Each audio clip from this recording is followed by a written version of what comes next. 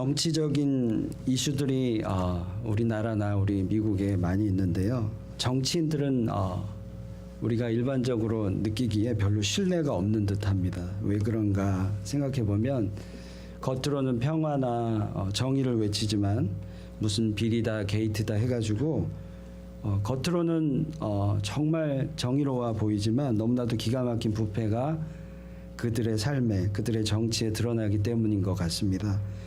그래서 그들에게 신뢰가 없는 것이 사실인 것 같습니다. 물론 어떤 정치인들은 다른 권력의 음모의 희생양이 되기도 하지만 말이죠.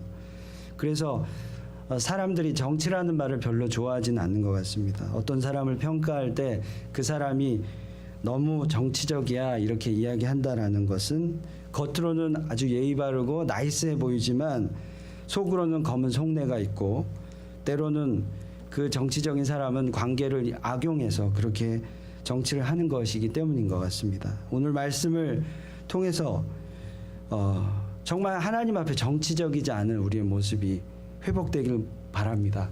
겉모습은 번드르하고 화려한데 내면은 그렇지 않은 자, 겉으로만 거룩한 척하면서 속은 썩어 있는 자가 아니라, 그리고 주일 예배만 온전히 드리고 모든 삶에서는 하나님이 기뻐하시지 않는 삶을 사는 자, 그런 자가 아니라 우리가 주어진 삶에서 하나님을 진짜 예배하고 기뻐하는 자, 곧 삶의 예배자가 누구, 어떤 자인지를 우리가 생각해 보았으면 좋겠습니다. 오늘 말씀 고린도서 말씀인데요. 고린도서는 고린도에 있는 교회, 고린도 교회에게 사도 바울이 쓴 편지입니다. 고린도 교회는 아주 활발한 교회였습니다. 그런데요, 그 활발한 교회조차도 몇 가지 문제가 있었습니다. 당파 싸움, 자기 사랑, 남을 배척하는 것, 부부 갈등이 있었고 우상 숭배, 그리고 남을 미워하고 사랑 없는 그런 문제들이 교회 안에 있었습니다. 고린도 교회, 사역이 활발한 교회였지만 연약한 자들이 모이는 그런 공동체였기 때문에 문제가 있을 수밖에 없었습니다. 이렇게 교회 안에 문제가 드러나는 것을 안타까워하며 사도 바울이 고린도서를 썼는데요. 그 문제가 무엇인지 그 원인을 발견하기 위해 사도 바울은 크게 두 가지로 그들에게 질문하고 있습니다.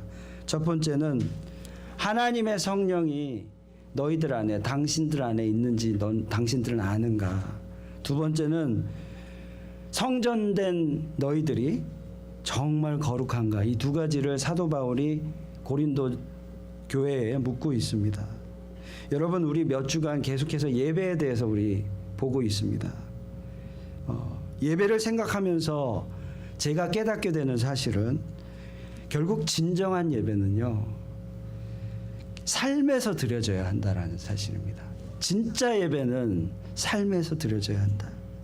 우리가 일상생활에서 하나님을 만나지 못하고 일상생활에서 아버지를 경험하지 못하고 일상생활에서 찬양하지 못한다면 우리가 드리는 예배는 진정한 예배가 아니라는 사실을 깨달아 가고 있습니다.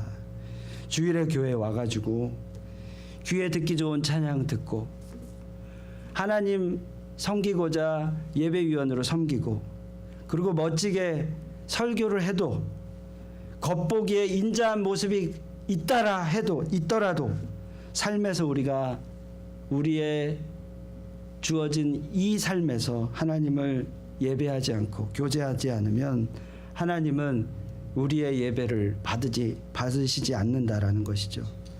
삶의 예배에 대해서 말씀드렸습니다. 삶의 예배는 뭘까요? 어떻게 삶의 예배를 온전히 드려야 할까요? 로마서 12장 1절 말씀 우리 보겠습니다. 우리 같이 한번 읽어보겠습니다. 시작. 그러므로 형제들아, 내가 하나님의 모든 자비하심으로 너희를 권하노니 너희 몸을 하나님이 기뻐하시는 거룩한 산 제물로 드리라. 이는 너희가 드릴 영적 예배니라. 아멘. 로마서 12장 1절 말씀 읽었습니다. 삶의 예배의 본 모습을 이야기하고 있는데요. 여기서 몸은 너희 몸을 하나님이 기뻐하시는 거룩한 산제물. 여기서 이 몸은요, 육신뿐만 아니라 우리의 관련된 모든 것을 이야기하고 있습니다. 종교개혁자 칼빈이 이 말씀을 이렇게 풀이했습니다. 삶의 예배는 우리의 육신 뿐만 아니라 마음, 인격 모두를 거룩한 산제물로 하나님께 드리는 것이 삶의 예배이다, 이렇게 얘기했습니다. 그러니까 우리가 가지고 있는 모든 것이 예배의 제물이 되어야 한다라는 거죠. 하나님이 허락하신 우리의 삶 모든 것이 예배의 순간이고, 모든 때에 하나님께 예배하는 자가 바로 삶의 예배자라는 것이죠. 그렇다면 지금 저와 여러분이 드리고 있는 이 주일 예배는 뭔가요? 이 삶의 예배의 연장선이라 볼 수 있습니다. 주중 여러분의 삶의 예배를 드리시다가 지금 공동체 안에 모여서 드리는 이 예배가 주일 예배라는 것이죠. 각자가 주중에 거룩한 산 제물의 예배를 드리다가 주일이 되면 기쁜 마음으로 모여서 함께 예배하는 것이 이 교회에서 드리는 주중 예배입니다. 자, 그렇다면 어떻게 매 순간 우리가 삶의 예배를 성공할 수 있는지, 그 성공 비결을 우리가 보겠습니다. 첫 번째, 삶의 예배는요, 먼저 매 순간마다 하나님의 성령이 우리 안에 계심을 아는 것으로부터 시작합니다. 하나님의 성령이, 예수님이 내 안에 계심을 인지하는 것으로부터 삶의 예배는 시작됩니다. 우리 16절 오늘 말씀 다시 보겠습니다. 너희는 너희가 하나님의 성전인 것과 하나님의 성령이 너희 안에 계시는 것을 알지 못하느냐. 사도 바울이 묻고 있죠. 너희 안에 성령이 계시다, 그것을 알고 있느냐라고 묻고 있습니다. 주 예수 그리스도를 믿고 영접한 자, 저와 여러분은 세상 사람들과 다른 것이 있습니다. 그게 뭘까요? 우리 안에 예수님이 계십니다. 내가 그리스도와 함께 십자가에 못 박혔나니 이제는 내가 사는 것 아니요 오직 내 안에 그리스도께서 계신 것이라. 예수님이 계십니다. 다시 말씀드리면 오늘 이 16절의 말씀처럼 우리 안에 내주하시는 예수님, 성령님이 우리 안에 계십니다. 이를 토대로 사도 바울이 16절에 우리 안에 성전 대신 예수님이 계시니까 우리가 성전이 되고 우리 안에 성령님이 계신 것을 알라라고 말씀하고 있습니다. 우리는 혼자 살 수 없는 존재입니다. 아무리 세상에서 잘나고 뛰어나도 혼자 살면 무너지고 낙오될 수밖에 없습니다. 불완전합니다. 그럴 능력이 누구도 가지고 있지 않습니다. 예수님 없이 우리는 답이 없는 존재입니다. 죄의 싹은 사망이라고 얘기하고 있는데 예수님 없이 죄인된 우리는 사망이 우리 앞에 기다리고 있을 뿐입니다. 하나님은 우리의 이런 상태를 잘 알고 계십니다. 우리를 사랑하신 하나님은 이 죽을 수밖에 없는 우리를 회복시키기 위해서 이사야서 41장 10절에 이렇게 말씀하고 계십니다. 두려워 말라, 놀라지 말라, 나는 너의 하나님이라, 내가 너와 함께함이라 라고 말씀하십니다. 홀로 있지 마라, 내가 너와 동행하겠다 라고 말씀하시고 말씀으로 끝나지 않으시고요, 예수님을 우리에게 보내주셨습니다. 우리 안에 예수님이 거하십니다. 성령님이 우리 안에 계십니다. 한 남자가 운전을 하고 가다가 갑자기 그 차가 고장나서 멈춰버렸습니다. 차를 강가에 세우고 차의 후드를, 본네트를 열었습니다. 그때 그 고장난 차 옆으로 큰 리무진 차가 지나가다가 그 차를 보고 세웠습니다. 차에서 내린 남자는 머리끝부터 발끝까지 백만장자처럼 보이는 그런 사람이었습니다. 그가 차를 세우고 다가와 말했습니다. 혹시 도움이 필요하신가요? 네, 그렇습니다. 그가 그 차를 살펴보더니 차 밑에 들어가 그 고장난 차를 고치기 시작했습니다. 고치더니 그가 말했습니다. 거기 차 안에 앉아서 변속기를 좀 조작해 보세요. 그리고 시동을 틀어 보세요. 그리고 신기하게도 시동이 틀어졌습니다. 아니, 어떻게 하신 거죠? 제가 얼마를 드려야 할까요? 돈은 안 주셔도 됩니다. 아니 보니까 리무진도 타시고 잘 사시는 분 같은데 왜 저를 도와주시고 왜 차를 고치는 일을 하시죠? 그랬더니 그가 이야기합니다. 제 이름은 헨리 포드입니다. 당신이 타고 있는 이 차를 만든 사람이에요. 제가 만든 차가 길가에 서 있는데 고장난 채로 있는데 그냥 지나칠 수가 없었어요. 이렇게 얘기했다고 합니다. 오늘 우리 모두가 기억할 사실이 있습니다. 하나님은 우리를 그냥 내버려 두신 분이 아니십니다. 우리가 고장나고 아프고 우리의 영이 아파하고 있다면 하나님은 그냥 지나치지 않으시고 꼭 우리를 고치시는 분이십니다. 그 증거가 뭘까요? 그냥 지나치지 않고 우리를 치유하시는 그 하나님의 증거가 뭘까요? 제가 아까 말씀드린 대로 우리 안에 예수님이 거하시는 게 그 증거입니다. 우리 안에 치유하시는 성령님이 거하시는 게 그 증거입니다. 여러분, 이 사실을 믿으시기 바랍니다. 복음은요, 복잡한 것이 아닙니다. 복음은 말 그대로 good news, 좋은 소식입니다. 왜 좋은 소식일까요? 더 이상 우리가 혼자가 아니라는 거죠. 더 이상 저와 여러분은 홀로 살아가는 자가 아니라는 거죠. 우리 안에 하나님이 계시고 예수님이 계시고 우리를 사랑하시고 고치시는 분이 계시다. 그분이 바로 우리를 치유하시는 성령님이다. 이 증거가 바로 복음입니다. 하나님은 세상 속에 있어서 우리가 지음받은 대로 살지 못하는 것을 아파하고 계십니다. 안타까워하고 계십니다. 그래서 치유의 성령님을 우리에게 보내주셨어요. 고쳐주시기를 마다하지 않는 분, 그분이 하나님이심을 기억하길 바랍니다. 그런데요, 우리의 영적인 눈이 가리워지면 예수님께서, 성령님께서 내 안에 계심이 느껴지지 않습니다. 그래서 자꾸 나 혼자 산다고 착각하기 시작합니다. 이것이야말로 사단의 전략입니다. 우리가 혼자 있다라는 거죠. 그래서 때론 우리는 혼자 있는 것 같아요. 혼자 싸우고 있어요. 가난하고 부족하고 버림받은 현실에 그래서 절망하게 됩니다. 아픔 준 사람들 때문에 내가 분노하고 그 사람을 피하게 되고 혼자 애를 많이 써보지만 실패하고 맙니다. 그런데 기억하십시오. 예수님 성령님이 우리 안에 계십니다. 우리를 창조하신 하나님이 가장 기뻐하시는 때가 언제일까요? 우리가 치유받아서 성령으로 힘을 얻어서 일어서서 앞으로 당당히 나아가는 때 하나님이 가장 기뻐하시지 않을까요? 헨리 포드가 자신이 만든 차를 고치고 나서 그 차가 제 역할을 감당하며 앞으로 나아갈 때 그 기뻐한 것처럼 우리가 하나님께 지음받은 창조물로서 성령의 힘으로 굳건히 나아가고 있을 때 우리가 주님의 계획대로 기쁨으로 힘있게 살아가고 있을 때 하나님 기뻐하십니다. 성령님은 우리를 고치는 것을 마다하지 않으시는 하나님이십니다. 성령이 우리 안에 계시다는 걸 우리 꼭 기억하십시다.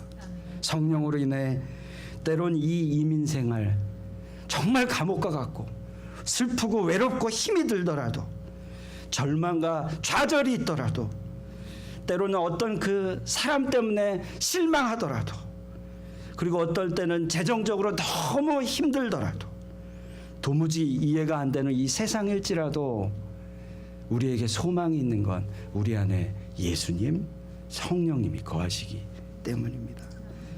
두려워 말라, 놀라지 말라, 내가 너와 함께 하겠다 약속하셨기 때문입니다. 이렇게 삶의 예배는요, 성령이 내 안에 계심을 인지하는 것으로 시작합니다. 절대 혼자 힘으로 살아가지 마시기 바랍니다. 성령님이 우리 안에 계십니다. 성령을 바라보십시오. 성령을 의지하십시오. 그래서 나의 삶이 내가 주관자 두려움에 묶인 그런 삶이 아니라 나의 삶이 예배가 되는 그런 축복을 누리시기 바랍니다. 두 번째, 삶의 예배에 성공하기 위해서 성령이 우리 안에 계심을 인지하시고요. 그 다음에 거룩함으로, 하나님을 닮은 거룩함으로 살아가야 합니다. 17절을 보겠습니다. 누구든지 하나님의 성전을 더럽히면 하나님이 그 사람을 멸하시리라. 하나님의 성전은 거룩하니 너희도 그러하니라. 아멘. 바울은 성전 대신 거룩한 예수님, 성령님이 우리 안에 계신다. 그래서 그 성령이 우리 안에 거하시니까 우리 또한 하나님처럼 거룩하게 살라고 이야기하고 있습니다. 먼저는 우리 안에 예수님, 성령님이 거하심을 인지해야 하고요. 그 다음에 성전된 우리가 하나님처럼 거룩하게 살아야 한다라는 것이죠. 우리는 모두 다 본질상 하나님을 떠난 그런 죄인입니다. 원래는 하나님의 아들이고 딸이었지만 세상 속에 살다, 죄 가운데 살다 하나님 없이 살아가게 되고, 그래서 그 하나님 없이 살아가는 게 편하고 익숙한 그런 본성을 가지고 있습니다. 그래서 우리 자신이 내가 거룩과는 좀 거리가 멀어, 왠지 좀 어색하고, 그리고 그 거룩과는 불가능한 삶을 살 거라고 그렇게 생각이 들곤 합니다. 그래서 멀어질 때는 거룩한 삶과 좀 동떨어진 그런 삶을 살기도 합니다. 하지만 기억하십시오. 우리 안에 성령님이 거하십니다. 그리고 그 성령님이 거하시기에 하나님을 소유한 자로 거룩한 삶을 살아야 한다라는 겁니다. 어느 왕국에 왕자가 있었습니다. 근데 그 왕국의 반역자들이 그 왕자를 납치했습니다. 그리고는 그 납치한 왕자, 어린 왕자를 저잣거리에 버렸습니다. 그들은 그 왕자, 버려진 아이를 거지에게 주었습니다. 어린 왕자의 부모인 왕과 왕비는 백방으로 그 아들 왕자를 찾기 시작했고 10여 년이 지나서야 그 거지가 된 아들 왕자를 저잣거리에서 찾게 되었습니다.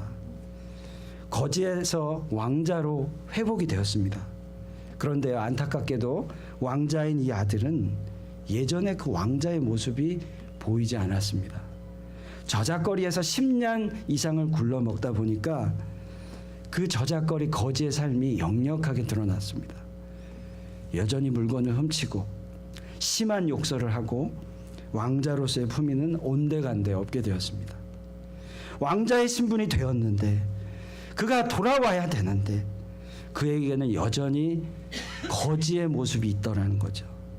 그래서 그 왕자는 당분간 왕자가 되는 훈련을 다시 받아야 했습니다. 자, 여러분, 이 예화를 통해 우리가 느껴지는 것이 뭔가요? 우리는 이미 하나님의 자녀로, 아들, 딸로 신분이 회복되었습니다. 거지에서 왕자로, 공주로 변화받았습니다. 우리에게 하나님이 소유한 거룩한 삶이 약속되어 있는데, 거지 같은 죄의 삶을 살아간 우리가 익숙하기 때문에 그 하나님의 자녀로서의 삶이 어색한 거예요. 그래서 우리에게 소망보단 절망이 익숙하고요, 기쁨보단 슬픔이 익숙하고, 사랑보단 미움이 익숙하고, 배려보단 우리 중심이 익숙한 우리의 모습이, 죄된 모습이 있다라는 거죠. 사실 거룩한 왕자의 삶은 훨씬 보배롭고 귀한 것인데, 나는 그 삶을 이미 허락받았는데 우리의 익숙한 삶으로 살아가는 거예요. 이미 하나님의 자녀로 그렇게 약속받았는데도 말이죠. 거룩한 삶을 살아가기 위해 우리가 꼭 기억해야 할 사실은요, 이미 우리가 하나님의 자녀가 됐다라는 그 사실을 기억하는 겁니다. 이 사실이 확실치 않으면 거룩을 자꾸 우리의 노력으로 하려고 그래요. 율법으로 오해하기 쉽습니다. 거룩한 삶, 그것은 그저 성스럽게 사는 것, 담배 피우지 않는 것, 술을 마시지 않는 것, 도둑질하지 않는 것, 이상한 야시시한 영화 보지 않는 것, 누군가를 용서해야 하는 것, 누군가를 조건 없이 사랑해야 하는 것이 거룩한 삶으로 그렇게 생각하기 쉽습니다. 하지만 여러분, 거룩한 삶은요, 율법이 아닙니다. 이 거룩한 삶을 살아가는 건 우리가 하나님의 아들로 딸로 변화되었다는 것을 아는 삶입니다. 거룩은 저 멀리 나하고는 동떨어져 있다라고 생각하지 마시기 바랍니다. 중요한 건 이미 우리의 신분이 바뀌었다라는 사실입니다.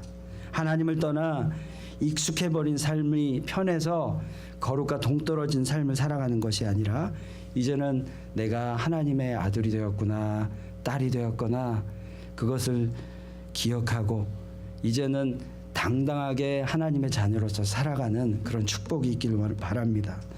자, 우리 거룩한 삶을 위해서 살아가기 위해서 우리 옆에 분하고 한번 인사했으면 좋겠습니다. 당신은 하나님의 딸입니다. 아들입니다. 우리 보면서 우리 진심으로 한번 좀 축복해 주셨으면 좋겠습니다. 당신은 하나님의 아들입니다. You are God's son and daughter. 이렇게 축복하길 바랍니다.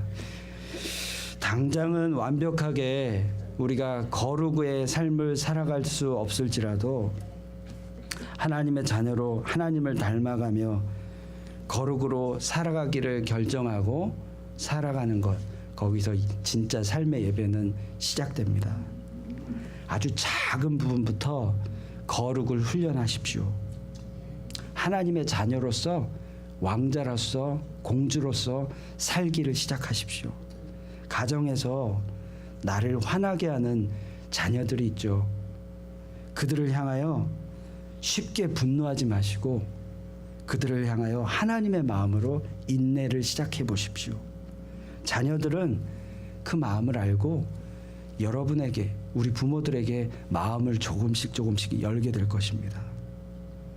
그들이 그렇게 할 수밖에 없는 이유가 있습니다. 그것을 하나님의 눈으로, 하나님의 딸로서 아들로서 그들을 바라봐 주십시오. 우리 사랑하는 아들들이요, 공부 아무리 잘해봤자 그게 그겁니다. 중요한 건 우리 아들, 딸들이 하나님을 아는 것, 예수 그리스도를 구주로 모시는 것이 중요한 것 아니겠습니까? 그렇다면 우리가 그들을 하나님의 아들로, 딸로 대하여 주는 겁니다. 도무지 이해가 안 되는 행동을 하는 배우자에게, 내 아내에게, 내 남편에게 성경이 말하는 나의 역할을 한번 생각해 보시기 바랍니다. 성경은요, 우리 모두가 돕는 자이다, 헬퍼다, 섬기는 자이다 라고 얘기하고 있습니다. 우리 흔히 이렇게 실수합니다. 제발 이렇게 좀 살아줘, 내 뜻대로 살기를 배우자에게 강요합니다. 그런데 그게 아니죠. 성경은 우리에게 분명히 얘기합니다. 너는 너의 배우자를 돕는 자이다, 사랑하는 자이다, 섬기는 자이다. 이것을 기억하며 살아가 보십시오. 거창한 거룩의 삶이 아니라 이 작은 부분부터 실천해 보십시오. 우리의 가정은 변화되기 시작할 것입니다. 내 배우자가 변해야 변화되는 게 아니라 나 자신이 거룩의 삶을 살기 시작하므로 우리 가정이 변화되게 될 것입니다. 직장에서 만나는 사람과도, 그리고요, 일터에서, 삶에서 만나는 영혼들에게 하나님의 마음을 한번 대해 보십시오. 때로는 아주 진상인 손님들이 올 때가 있어요. 아주 왼수 같아요. 아주 진상인 상사가 있을 수도 있어요. 그들 또한 그런데 우리에게 맡겨주신 영혼들입니다. 그들에게 한 영을 귀하게 여기시는 그 예수님의 마음으로 최선을 다해 섬겨보십시오. 아마도요, 구름대같이 여러분의 회사가, 직장의 일터가 사람들로 몰려들게 될 것입니다. 주변에 여러분의 사람들이 여러분을 통해 하나님을 보게 될 것이고 존중하게 될 것이고, 나의 직장, 회사, 일터, 가정, 학교는 무엇이 될까요? 하나님을 예배하는 성전이 될 것입니다. 제가 지금 이야기하는 이 거룩의 비결을요, 제발 율법으로 생각하지 않길 바랍니다. 이것은요, 율법이 아닙니다. 법칙이 아닙니다. 다시 한번 말씀드리지만 이것은 하나님의 자녀로 살아가는 그 삶, 정말 하나님의 아들로서, 딸로서, 왕자로서, 공주로서 당당히 그 삶을 살아가는 삶을 살라는 겁니다. 회복하라는 겁니다. 더 이상 과거의 그 익숙한 삶으로 돌아가지 말라는 겁니다. 말씀을 맺겠습니다. 요즘 교회가 세상으로부터 많이 손가락질을 받고 있습니다. 왜 그럴까? 참 겉으로는 뜨겁게 예배하고 참 보기 좋은데 속이 썩었기 때문 아닐까요? 겉과 속이 다르기 때문 아닐까요? 주일에서의 모습과 교회에서의 모습과 삶의 모습이 너무 다르기 때문 아닐까요? 다시 말씀드려 삶으로 예배하지 않고 있기 때문이 아닐까요? 오늘 말씀은 진정한 예배, 삶의 예배의 성공의 비결을 이야기해주고 있습니다. 먼저 하나님의 성령이 우리 안에 계신다라는 것을 인지하라는 겁니다. 그것을 알라. 그러니까 절대 혼자 힘으로 살지 말라. 세상 가운데 두려워하고 놀라지 말라. 내가 너와 함께 하겠다라는 그 음성을 듣고 내 안에 성령이 계심을 기억하며 살라는 겁니다. 그리고 당당하게 하나님의 자녀로서 거룩을 소유하라고 이야기하고 있습니다. 저와 여러분 모두 하나님의 아들이고 딸입니다. 하나님의 자녀답게 당당하게 거룩하게 율법으로 생각하지 마시고 그렇게 살아가는 축복이 있기를 바랍니다. 진정한 예배자는 삶 전체가 예배의 삶이 되는 겁니다. 하나님은 예배자의 마음의 중심을 보시는 분입니다. 사무엘상 16장 7절에 사람은 외모를 보거니와 나 여호와는 중심을 보느니라. 우리가 따라가는 예수님은요 삶의 예배자이십니다. 늘 하나님의 마음과 같은 마음으로 그렇게 사역을 하셨고 늘 당당하셨습니다. 그리고 죄가 없으셨습니다. 오병이어의 기적을 베푸는 그런 능력이 출중할지라도 왕이 되라 부추기는 그 사람들 앞에서도 그리고 십자가의 죽음의 그 앞에서도 예수님은 절대 인간적이지 않으셨고 절대 흔들리지 않으셨고 하나님의 마음으로 그렇게 살아가셨습니다. 그리고 예수님은요 하나님의 아들의 신분을 분명히 알고 계셨기 때문에 인류 구원을 위해서 당신 자신을 희생하셨고 헌신하셨습니다. 우리 모두는 예수님 때문에 하나님의 자녀가 되었습니다. 예수님이 우리 안에 계십니다. 성령님이 우리를 주관하십니다. 우리 모두가 예수의 제자임을 기억하시기 바랍니다. 예수님의 제자들은 예수님처럼 삶의 예배에 성공하는 자들입니다.